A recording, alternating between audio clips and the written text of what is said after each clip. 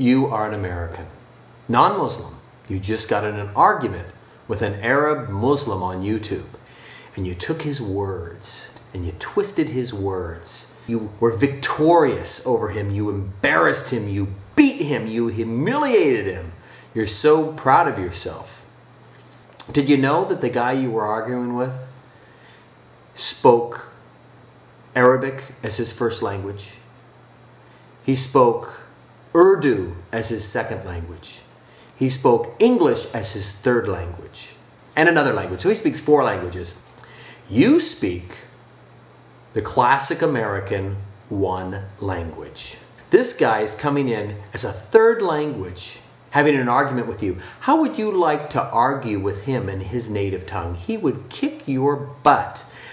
I've been working on Arabic for 2.5 years. If I had to argue anything with anybody who was a native speaker of Arabic, they would make me look like such a fool so quick. Just because you beat somebody in an argument doesn't mean you're right. We have the home court advantage, us Americans who speak English as our primary language. We can manipulate words and do things. We should be embarrassed that we only know one language.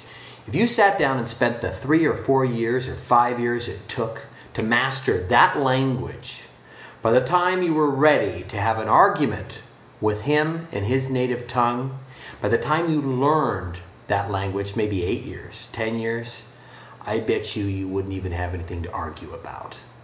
Because when you learn the language, you learn aspects of the culture, and you will understand things like I'm learning, and you'll realize that we are all one, and we are all the same.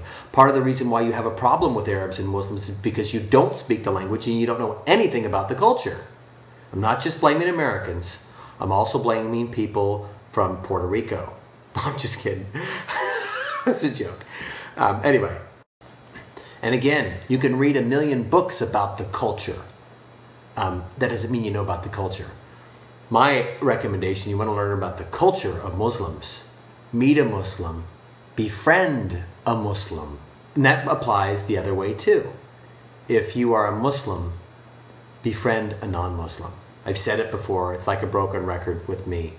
But that's world peace right there. Anyway, thanks.